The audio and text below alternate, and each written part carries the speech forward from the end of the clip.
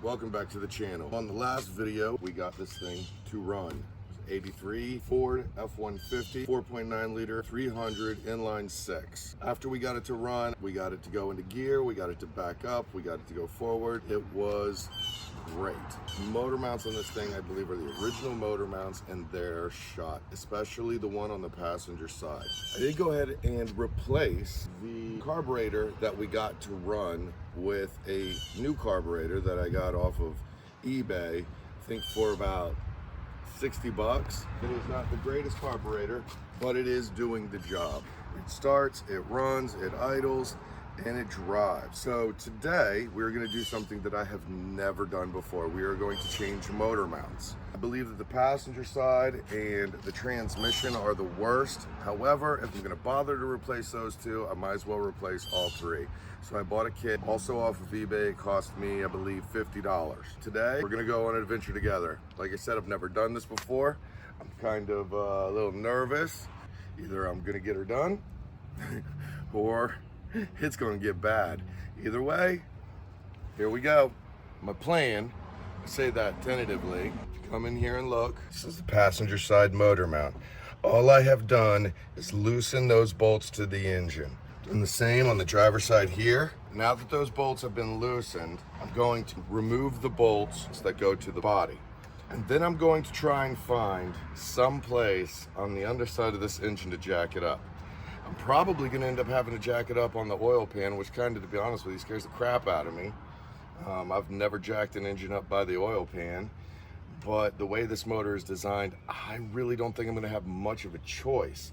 Just going to have to give it a shot. Hopefully I don't mess up the oil pan, I don't drop the engine. I do have a piece of wood, a 2x10, to kind of spread out the force over a larger area. So once I get those bottom bolts off and jack the engine up, I'm gonna take the mounts off. The reason I loosen the ones to the engine first is because once this thing is jacked up, I don't want to be putting a lot of torque on anything on this engine. I want those bolts to come off easily so that it reduces the risk of the engine shifting or moving or falling on some part of me, and then I'll be in a whole nother kind of mess. This is our driver's side motor mount. I've got it broken loose. It appears the only place I have to really jack up the motor is going to be on the bottom of the oil pan right there.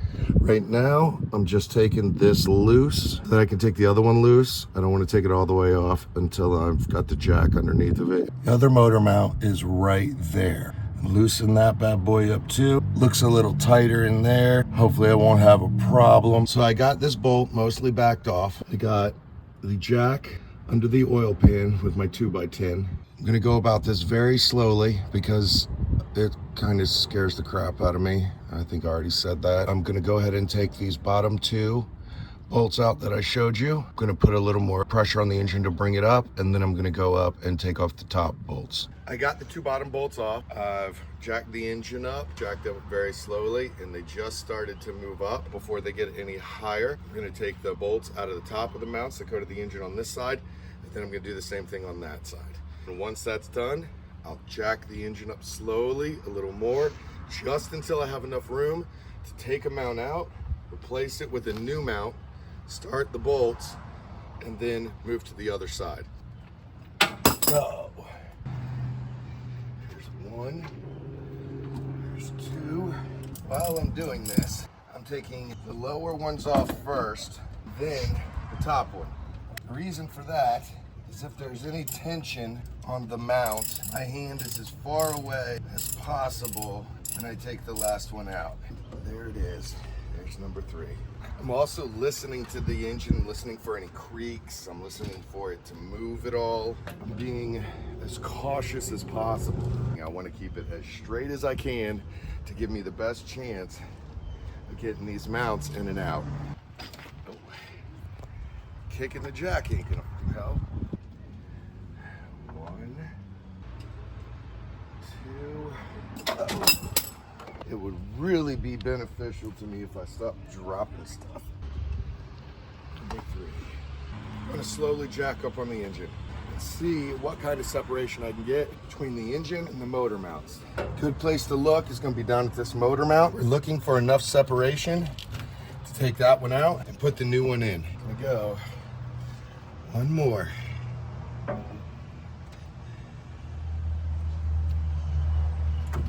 Ooh.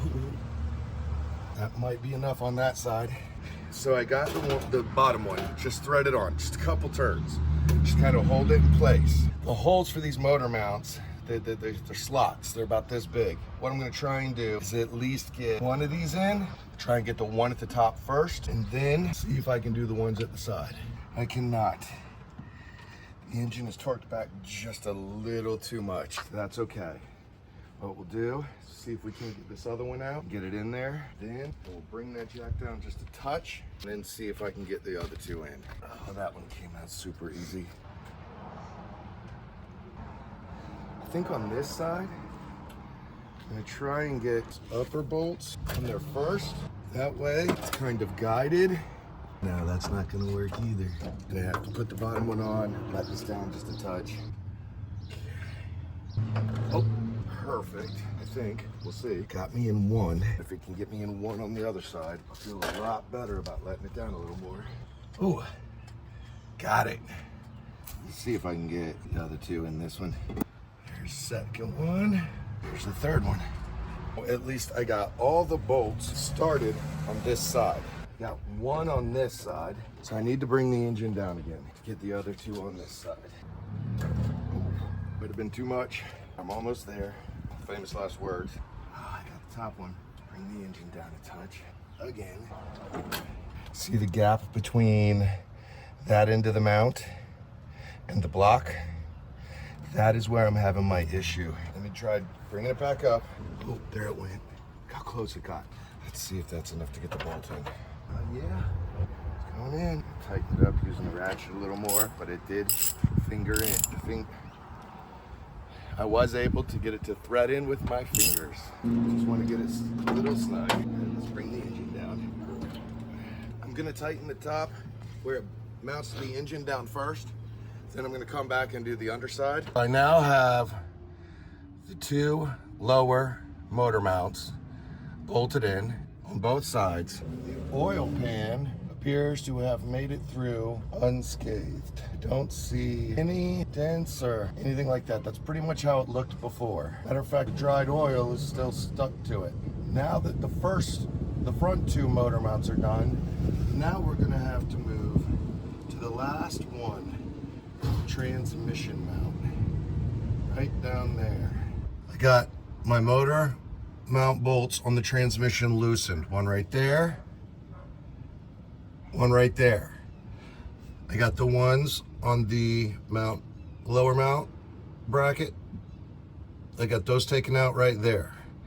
I have my jack set on my oil pan, and I am going to take these out, then slowly jack it up till I can get this mount out and the new one in. The new motor mount is in. Everything is tightened down. The transmission pan seems no worse for wear. Go with that. It looks pretty much the same as it did before. I think we are ready to climb out from under here. Front two motor mounts have been replaced. Transmission mount has been replaced. That was a lot of work, and it is really hot out here. Hey guys, after sitting down to edit this video, I realized that a lot of the file footage that I had taken didn't work. It was corrupted, or there was something wrong with it. So I'm doing a new outro.